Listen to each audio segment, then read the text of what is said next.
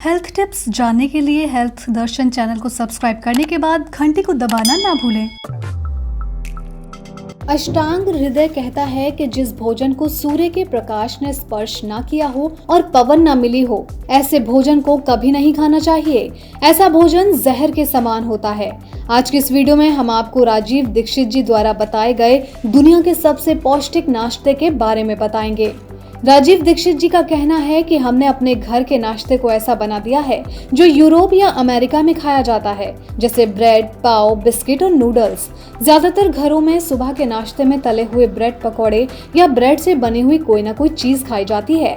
पूछने पर लोगों का कहना है कि इन्हें बनाना बहुत ही आसान होता है, लेकिन वो ये भूल जाते हैं कि इडली सांभर, उत्पम, चीला, डोसा और हलवा भी बनाने में बहुत ही आसान है। साथ ही ये सभी खाने में सबसे पौष्टिक और सुरक्षित नाश्ता भी है। लोग अपने इस पौष्टिक नाश्ते को छोड़कर विदेशी नाश्ता अपनाने में लगे हुए हैं, जिसके कारण हमारे शरीर में कई तरह की बीमारियां घर कर जाती हैं। भले ही ये विदेशी खाना खाने में स्वादिष्ट लगता हो, लेकिन ये हमारे शरीर के लिए नुकसानदायक होता है। नाश्ते में खाने वाली सभी चीजों में सबसे पौष्टिक नाश्ता आटे और सूजे के हलवे का होता है, जो मस्तिष्क से जुड़ी कई तरह की बीमारियों से हमें छुटकारा भी दिलाता है, जिसमें माइग्रेन, सिर दर्द, आंखों का दर्द, पेट की बीमारियां आदि शामिल हैं। इन लोगों के लिए है फायदेमंद हलवा। यदि कोई व्यक्ति घंटे भर पहले ही ऑपरेशन करके आया हो, उसे भी घी से बनी सूजी का हलवा खाने पर लाभ मिलेगा। उस मरीज को कम से कम 15 दिनों तक रोटी, दाल, सब्जी या चावल नहीं खिलाया जा सकता, लेकिन ऑपरेशन होने के बाद जब मरीज को होश आए तो उसे गाय का शुद्ध देसी घी से बना हलवा जरूर खिलाया जा सकता है। हलवे का नाश्ता बहुत हल्का होता है और इसीलिए किसी भी सर्जरी या ऑपरेशन के बाद शरीर में कमजोरी होने पर ये महिला के प्रसव के बाद शुद्ध देसी घी से बना हलवा उसे देना चाहिए। इससे पाचन जल्दी होगा और शरीर में ताकत भी मिलती है।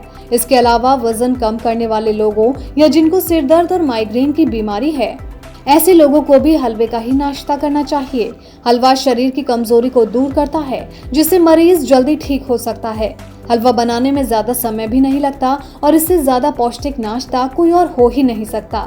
लेकिन धीरे धीरे विदेशी नाश्ते ने हमारे इस भारतीय नाश्ते को दरकिनार कर दिया है। इसकी जगह ब्रेड, बिस्किट, नूडल्स, बर्गर आदि सब ने ले ली है, लेकिन ये सभी बीमारियों की जड़ है। लगातार इन सभी का सेवन करने से हमारे शरीर में पौष्टिक तत्वों की कमी हो जाती है और शरीर अंदर से कमजोर होने लगता है, जिससे हमें कई तरह की बीमारियां जैसे कैंसर, हाई बीपी, दिल की बीमारी, मोटापा, हड्डियों का कमजोर होना, कब्ज, गैस और शरीर में खून की कमी होने लगती है।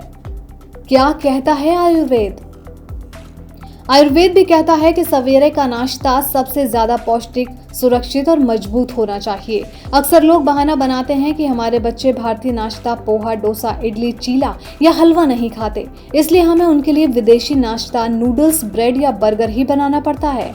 लेकिन हकीकत में माता पिता खुद ही अपने बच्चों को उस विदेशी नाश्ते की आदत डालते हैं। इस तरह बचपन से ही हमारे शरीर को नुकसान होने की शुरुआत हो जाती है। हम सड़े मैदे से बने बर्गर, ब्रेड, बिस्किट या नूडल्स खाते हैं, जिनको खाने से हमें पेट की बीमारियां, कब्ज, गैस और एसिडिटी होने लगती है और धीरे धीरे इन बीमारियों पर ध्यान न देने पर ये किसी गंभीर और जानलेवा बीमारी का रूप ले लेती है। ध्यान देने योग्य बातें। पहला, ध्यान रहे कि गेहूं के मोटे आटे का हलवा सबसे पौष्टिक और फायदेमंद होता है। इसके अलावा आप सूजी के हलवे का भी प्रयोग कर सकते हैं, लेकिन हलवा बनाते समय कभी भी बाजार में मिलने वाली सफेद चीनी का प्रयोग ना करें। दूसरा, चीनी के स्थान पर आप गुड़ का इस्तेमाल कर सकते हैं। यदि आप चीनी का ही प्रयोग करना चाहते हैं तो आप ब्राउन शुगर का इस्तेमाल करें। तीसरा, इसके अलावा हमेशा हलवे को गाय के घी से ही बनाना चाहिए, जिससे स्वादिष्ट होने के साथ साथ वो पौष्टिक भी बने।